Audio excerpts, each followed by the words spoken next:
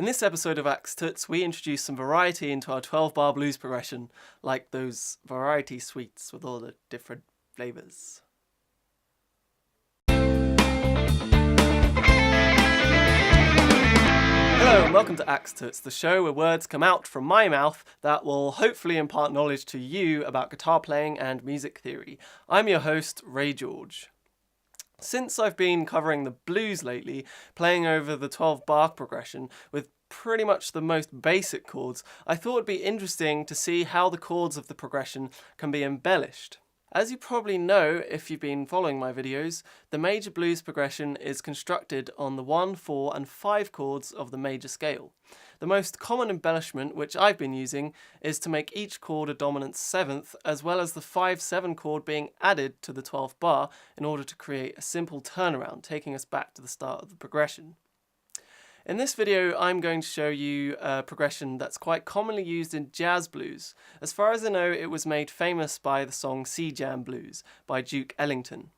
As you can see, the basic structure is the same. The 1-7 chord occurs in the first bar, the 4-7 in the 5th bar, and the cadence and turnaround in the final bars. The addition of the 4 chord in the 2nd bar simply breaks up the 4 bars of the first chord to make things a bit more interesting. The 6th chord in bar 8 generates a strong resolution to the 2-7 in bar 9, and the turnaround uses the same 4 chords as bar 7 to 10, with the rhythm values of the chords halved.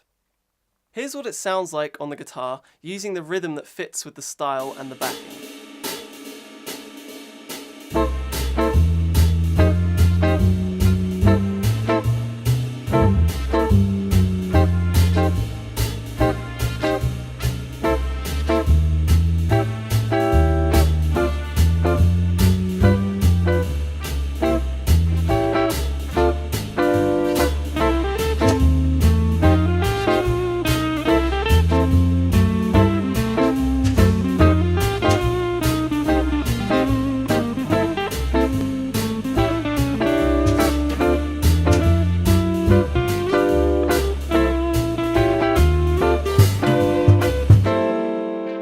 As you may have guessed, since we've added some extra chords, the scales used to solo over this progression will have changed compared to the progression that I've used in the past few weeks.